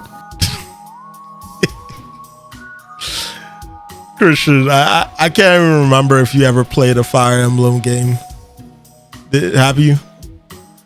The one for the GameCube, yeah. But regardless, you don't agree either with social sim for Fire Emblem. No. Say less. All right, we'll leave that alone then. So, yeah, leave that to Sengen Basara and shit like that. To what? Sengoku Basara, whatever the fuck game was, with all the big titty girls, ninja girls. I never even heard of that shit, but yeah, leave it there.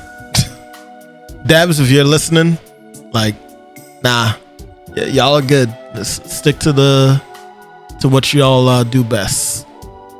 The combat, everything combined. Don't shoehorn a tiny portion into its own separate game, because it will not last as long. Eating a meal with somebody and having these random conversations and delivering objects that they lost. It's not the move. All right. Last topic to wrap this up. A question for all three of us. Do graphics sell games anymore? Yes. Give you a reason. When you see, like, for me, like, when you see a trailer, seeing how good a game looks is a big seller for the fucking game. Like, just the trailers we were watching earlier. Fucking, what the fuck is that name of that game with the fucking Souls-like game? What the fuck was it called? A Souls-like game?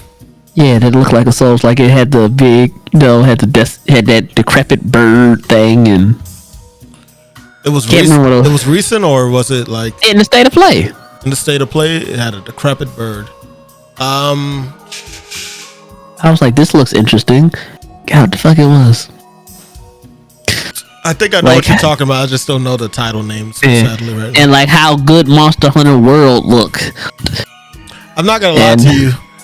Monster Hunter Wilds does look good, but it didn't really like wow me.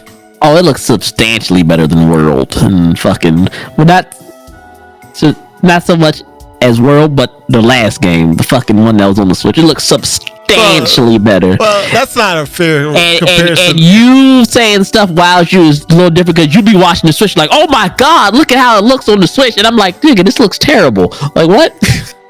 But it's the Switch. So and graphics is a little weird. Graphics are, with me. All right, so here's my piece with this. Graphics, yes, they could be a nice little wow factor, but like over time they haven't really impressed me as much as they used to.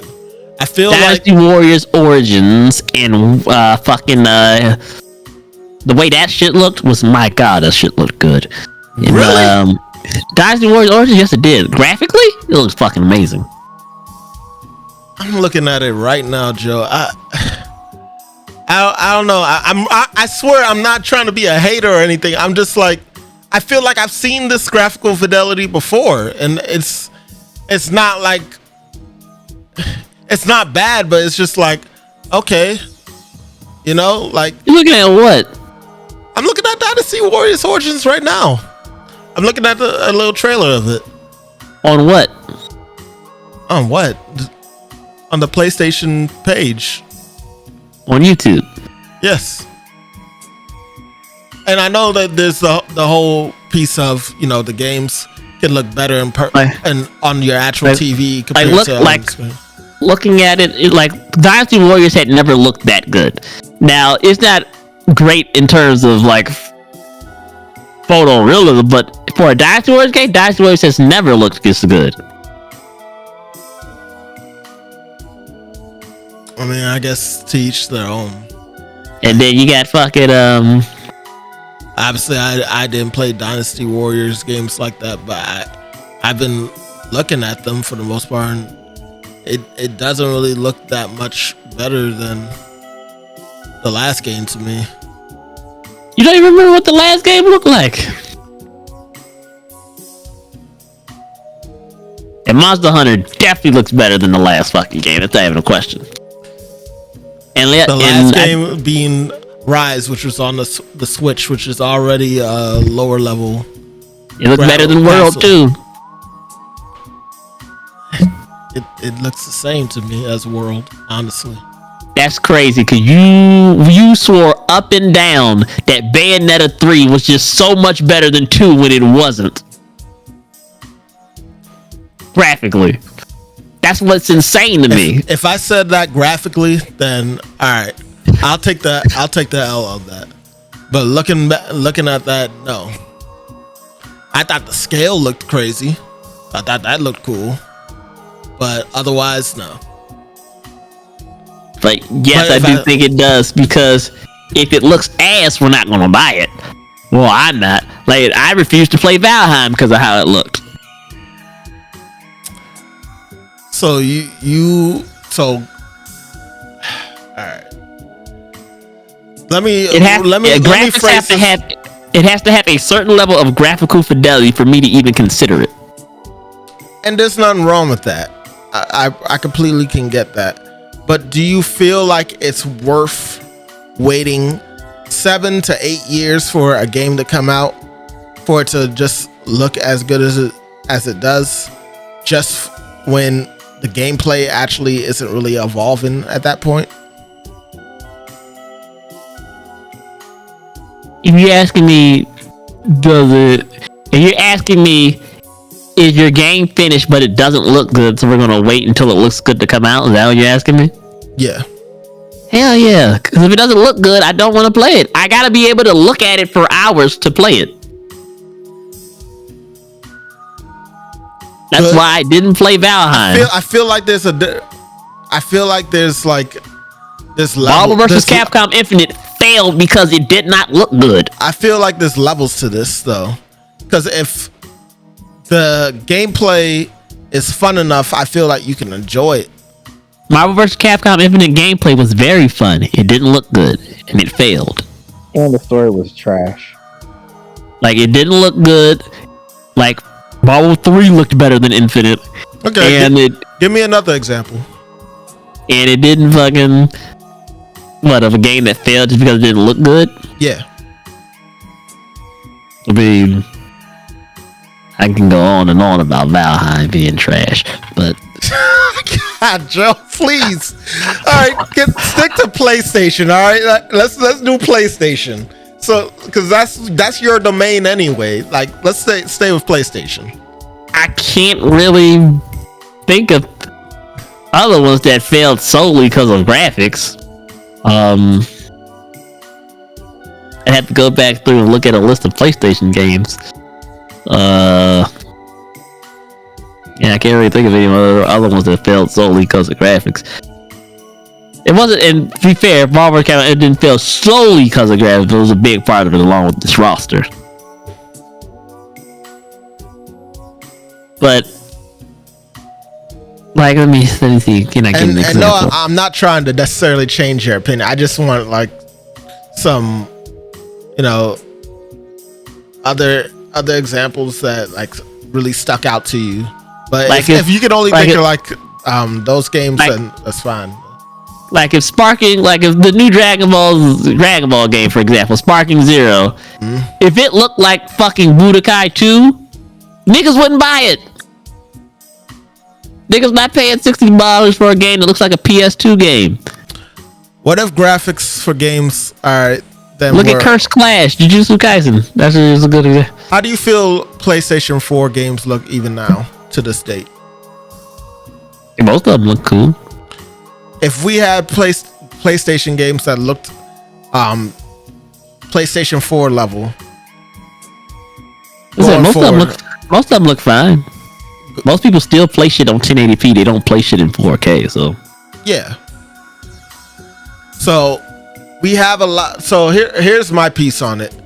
I feel like there is a threshold in which graphics. Here's the thing: if there's a game that comes out that is just so graphically stunning, it just blows the competition away. Yes, I will buy it just to see how good the fucking graphics look. Yes. Really? Yes. If the graphics are just that fucking good, just that photorealistic. Okay. And what did a lot of people complain about with fucking what the fuck was that Magic game? Magic game? Yeah, on PlayStation. The black girl lead. Oh, you're talking about shit. Hold on, I'm gonna look up the name right now. Black girl. Forspoken. Yeah, Forspoken. A lot of people play like, oh my god, the fidelity and frame rate are not as high as it was shown in the trailer. That's a ripoff. Like, people complain about graphical fidelity all the time. The motion blur, the this, the that. It will always be a big part of games. That game.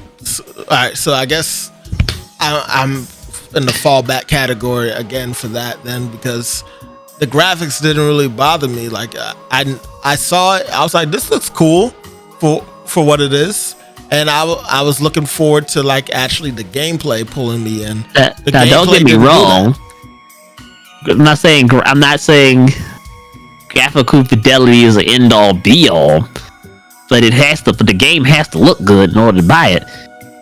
The game doesn't look good aesthetically, then if the art style doesn't look appealing enough, I feel, then yeah, it's gonna fall out from under whatever gameplay it has going for it. But I don't feel like a game being at 4K is necessarily gonna be worth it in the long run compared to a game that actually just looks good and actually has really fun games. Hey, it has to look good. That's the whole thing. It has to look good. That's what I'm saying. So you don't need a game to be 4K to enjoy its graphical fidelity.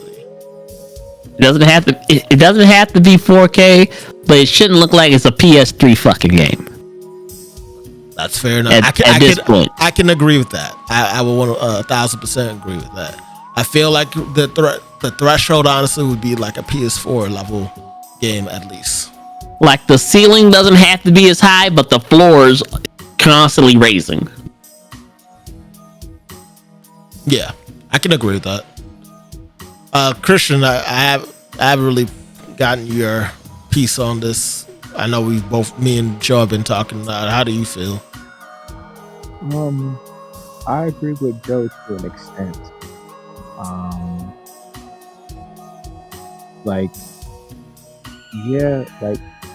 Appearances is everything, right? First impressions are everything. So if you're giving me a product that aesthetically looks amazing in terms of graphics, then yeah, that's going to be the selling point. But then what happens after the selling point, right? Because you can have amazing graphics, but if the gameplay don't measure up, the graphics don't mean shit after a while. Because it's like, yeah, it looks good, but the gameplay is trash. So I do agree that games. If we're buying a next gen console, I don't want a game that looks like the previous generation's graphics. This shouldn't look like 3 generations behind. Yeah, it should not. No. Okay. But you can have, but once again, you can have awesome graphics and the gameplay be trash. Like, so it looks good, but how's the gameplay? Like, the gameplay is also the selling point. You know what I'm saying? I agree with you, but you can't know if the gameplay, if the game's gameplay is fun without just buying and trying the game. You can tell whether or not the game looks good by just a fucking trailer. Yes. Buying a game, the graphics have to be of at least a certain quality. The gameplay will keep you playing the game. Yeah, The graphics get you to even consider the game. The graphics grabs your interest, but Like think about the gameplay holds you in. Like, for instance, for Christian, he could watch a game, everything could be looking good and everything. Like, oh my god, thank you, this looks cool. And then the minute he sees first person, like, all right, that's the game's not for me. That's graphics bringing him in to consider the game, and then the gameplay be like, oh well, no, never mind. Yeah, but the graphics is what brought him in. Yeah, but like, are you gonna purchase that game after you see the gameplay and being like, oh, never mind? That's what Christian. That's what I just explained with Christian. He's like, the graphics brought him in, and then he saw like, oh, it's first person. Never mind. But if the graphics wasn't good in the first place, he would have never been brought in. But he still didn't end up making the purchase. He didn't make the purchase, yes, because the gameplay wasn't to his liking. But he wouldn't even considered it if it didn't look good. See what I'm saying? So I get what you're saying. You're saying that because the graphics look good, it made him consider getting the game. But the fact is, the gameplay didn't lock him in to actually get the game at the end of the day. The gameplay, yes, because it was first person, or say because it's first person or whatever. Yes. So what are you saying? But it was the graphics that brought him in. I'm saying he could have, if the graphics wasn't good, then it wouldn't have mattered. It doesn't even matter after that because the graphics not good. He's not looking at the game. He no longer gives a fuck because it looks bad. So whether it was first person, second person, third person, if they invented a whole new fourth person game, he don't care. It doesn't look good. Okay, I think I understand now what you're saying. And this is all going back to like, if it's like 3 generations behind in terms of graphics, then yeah, you're gonna have less of an interest in actually getting the game. But for me personally, that's not necessarily always the case, because we know Valheim. We know. You know, you bringing up Valheim, it's so funny because I haven't played that game in so long. You haven't, but that's the prime example of a game not looking good. But you know what? The stuff I've recently seen popping up with it. And you're gonna say, "Oh my god, it looks so great," and then I'll go to it. I'm like, Sean, what the fuck are you watching? This does not look great. I don't normally say it looks great. For the most part, I feel like for those type of games, I say it looks fun because I saw the gameplay. But again, I get what you're saying. I think what I'm trying to like push at is like, when I don't feel like we need a game where we can look up, it looks great, and then we get a microscope and like zoom in on a fucking blade of grass or something and be like, oh man, this looks like shit. Why is this moving this way? That looks so weird. I feel like, Sean, remember Sonic? You said, "Oh my god, look at the bush." Yes, remember that? I did. I didn't need a microscope to look at that. But guess what? But guess what got you? The graphic of the goddamn bush got you. Like, oh my god, we got a Sonic game that fucking looks so good. You can't use Sonic as an example because you already know I'm a Sonic whore. Yes, but you were ecstatic that you got a Sonic game that looked fucking good. I was ecstatic that I got a Sonic game that looked good, yes. So we're But- just gonna glaze it. So we're but- just gonna glaze over the fact that Sonic called himself a Sonic boy. Sean knows what he is. Like, that It looked did- good. Would you have played it anyway because it was Sonic? Yes. Yes. But guess what? But you enjoyed it even more because of the graphical fidelity of the game. Yes, Like, but that was it because I shocks knew you I was how gonna enjoy good the the thing gameplay. was. That's because I knew I was gonna enjoy the gameplay just off of what I saw. Just because it was Sonic, you knew. Yes, that's why I said that this is a bad example. Like, because it's Sonic, I already was gonna be giving it a shot, but like, I also saw like some of the changes they were doing to the gameplay. That grabbed me. That caught my interest. We didn't really see any really great looking sights on Sonic Frontiers until like 3 trailers later. That's my point in that. And again, you can't really use that game because I'm biased as hell with Sonic. Now, if we want to do an example of me getting like pulled in by the graphics, really, it would be Final Fantasy VII. Final Fantasy VII Rebirth. I saw how the open world and everything looked. I was like, oh, this looks like this could be fun because I like open world games and such. And I like how layouts look and everything and all that. So when Rebirth came out, I was like, oh man, this game looks like it's going to be great. The gameplay was just an add-on to me. So that's my fidelity game right there, if we want to use that.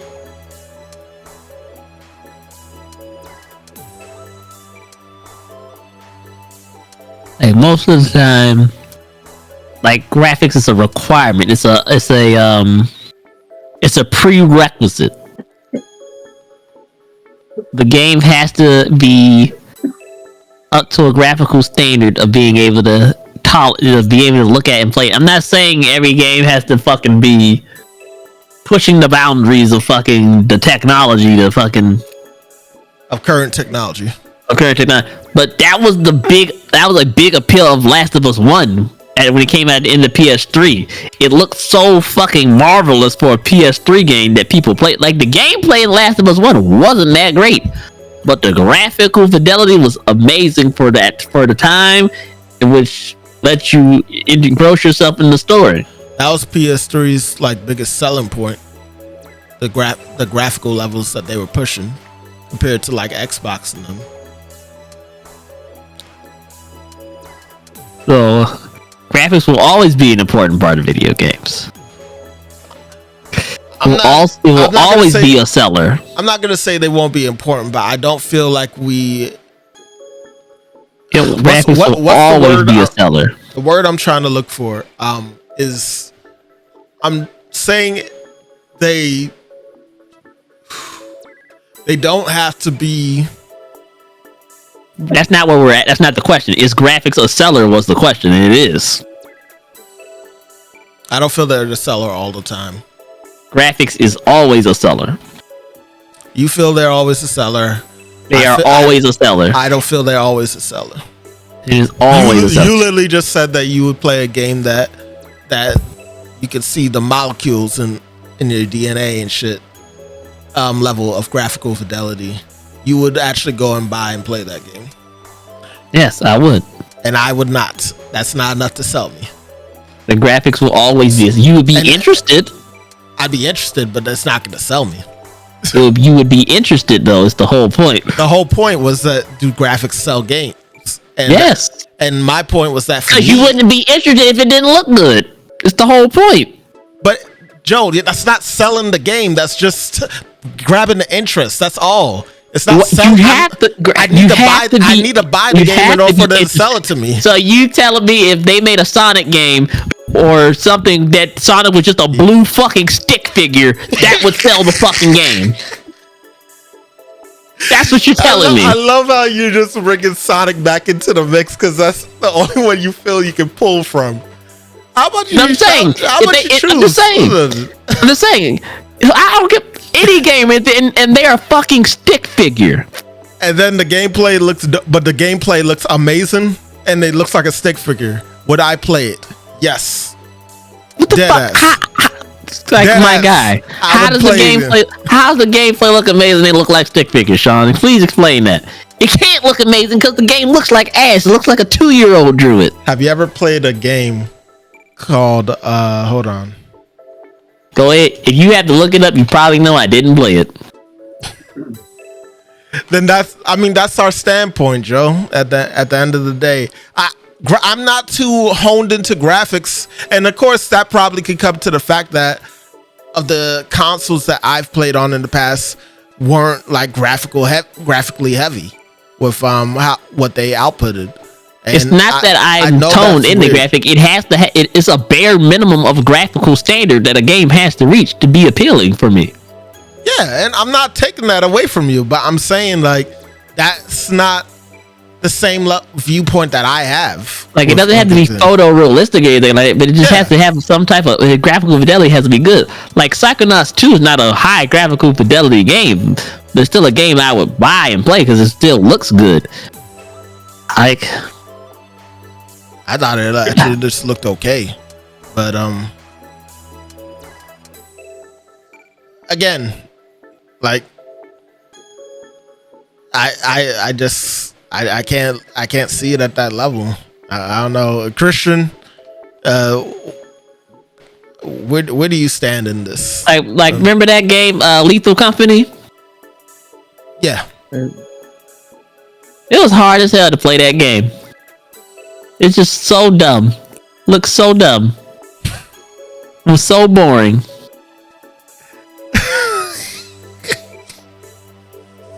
Like, I was playing it because I was with y'all, but really, it was fucking stupid. the selling point for that was the gameplay of playing with friends. Like I said, they weren't trying to sell. I know, and I would have never played it if you didn't want me to play it with you. So I sold you on the game. You bought the game. Yeah. For me. You didn't sell me on the game. You literally bought the game for me. I would have never bought it. Yeah. But did you have fun at any point? I had fun fucking around, but I would not have had fun if I bought it. That's fair. That's fair. Yeah, I don't know what to say. My bad, Christian. Go. What were you gonna say? Well, like I said, to a certain extent, I agree with Joe. Okay, so you agree with Joe to a certain extent. Okay, that's fair. So, like, yeah, so gameplay has to be fun, but if it looks fucking dumb, if it looks stupid, if it doesn't look good, if I can't see myself looking at this shit for hours, I'm not going to buy it. And don't get it twisted. If it's a game that literally hurts my eyes to look at, that's a whole nother story for me, of course. Like, if the frame rate is at freaking 10 or 5, like that's not going to be appealing to me whatsoever, obviously. But like, I'm not so bothered. I'm not that bothered by something that's in 720p or shit or 480. Shit. You know that Super Mario Galaxy is 480. You know I had not played Super Mario Galaxy in X amount of years, But it's a very fun and amazing game, and I'd recommend it to anyone to this day. I haven't played Super Mario Galaxy in a whole lot of years. If a game came out in 480p now, like, sure, going back to play a game that's just stuck in 480p, that's one thing. Playing a game that comes out now in 480p is inexcusable. The game comes out in 2024 in 480p, it's inexcusable. Live TV don't even have that input anymore. It's inexcusable. Well, if the game was if it's a throwback game and it's 480p, that's one thing. That's how the game was. That's what the game is. If it comes out in 2024 or a new gen console, whether it's fucking PlayStation, Xbox, PC, or the Switch, and it's in 480p, you can have pixel art and still be in 1080p. Yeah. You can have other shit still be in 1080p. It doesn't have to be like photorealistic to be at 1080p. Even Undertale, I don't think was in 480p. Undertale, nah. Like even Undertale can have like started on PC. Yeah, even Undertale can be at 1080p. That's not what I'm saying. I'm not saying like it has to fucking look like a fucking like you're walking outside in the grass. But 480p in this day and age is unacceptable.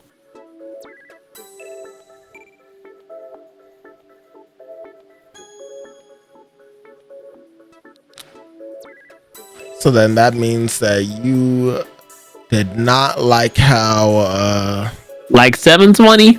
Maybe. Depending on what kind of game it is. Where is it?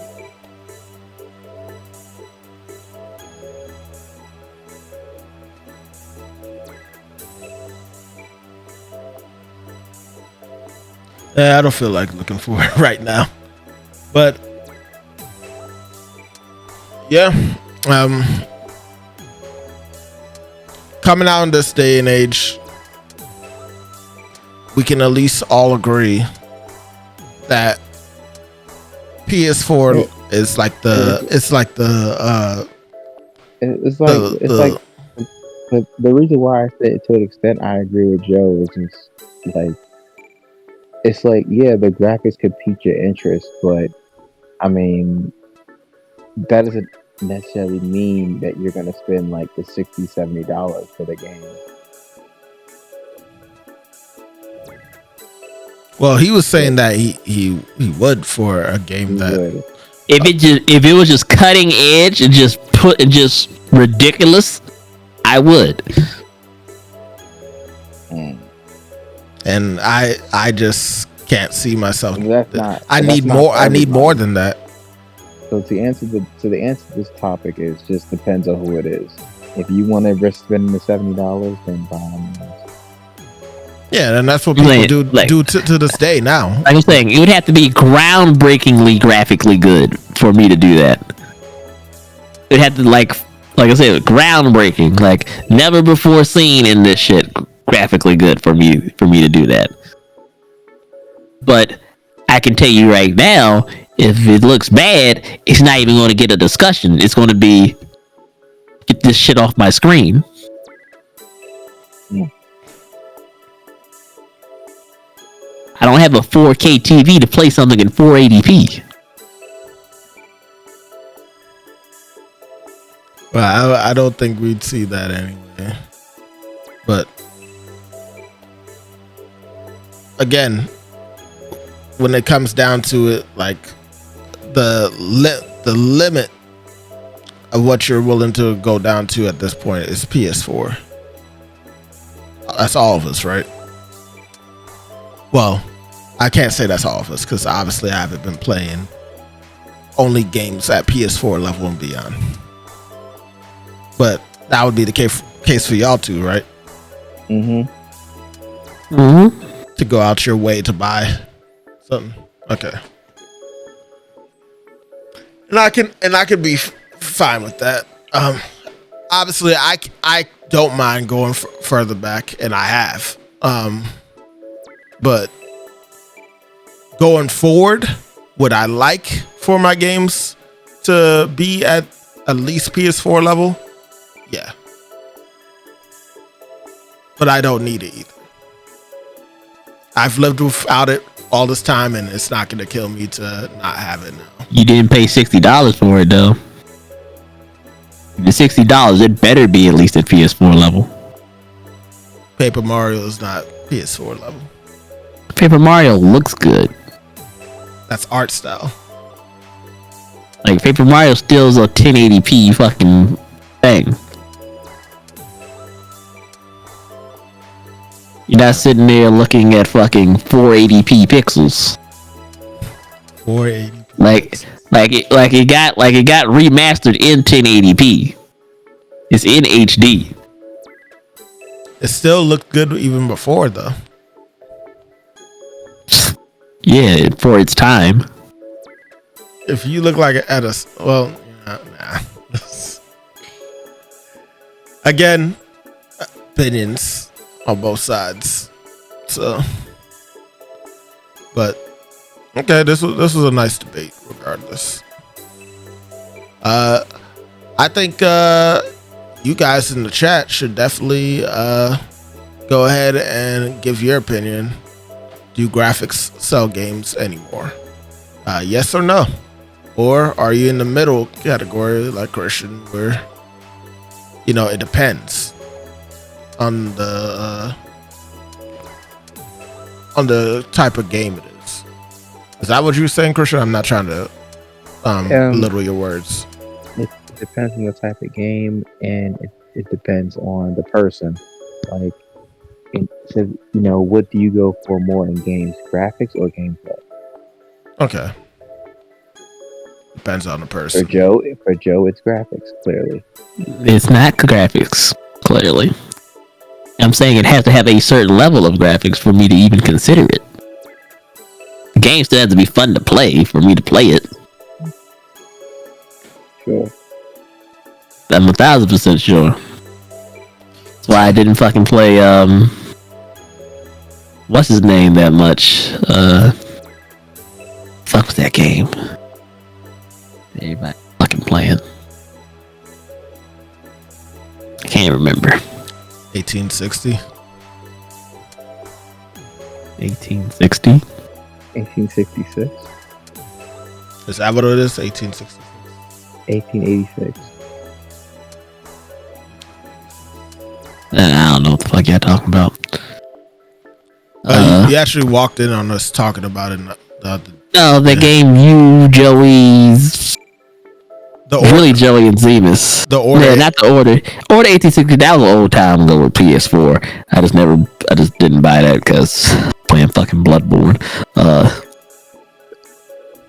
Yeah, it was a game that came out earlier, either this year or last year. It was before Baldur's Gate. Not Path of Exile. Fuck was it? It's an RPG.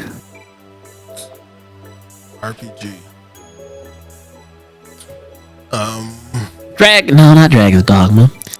The fuck was it? It came out recently? Yeah, it was either like early this year or late last year. Well, no, you're not talking about or was it early last year? I don't know. Time be flying. The game with the stratagems. You're not. No, not Helldivers. You're not talking about Power World. You're not talking about. It might have been last year then. Yeah, I don't think anything else really. Wait, are you talking about the game that I didn't like? The shit. Me, Christian, and Joey were playing it, and you had the opportunity to get it for free. No, not Rise of Ronin. But that is a good example. Like, y'all bought it because it looked good, and then y'all played it forever, and it's like, man, this shit is boring. Yeah. The graphics sold y'all the game. The graphics and the aesthetic sold that game. Now, the gameplay looked interesting, too. But then Diablo 4. Diablo. Yeah, that's one of the things that looked fun, but I just didn't want to fucking play it. I literally only got Diablo because I heard how much y'all said it was fun. It was yeah. Didn't you? Did you not play Diablo in the past? No. All right, then I guess I was talking to Joey.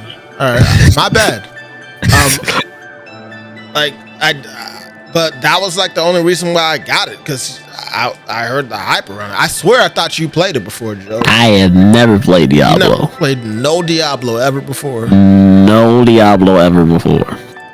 All right. Played Path of Exile. We all played Mass Effect, so I have never played any Diablo game ever.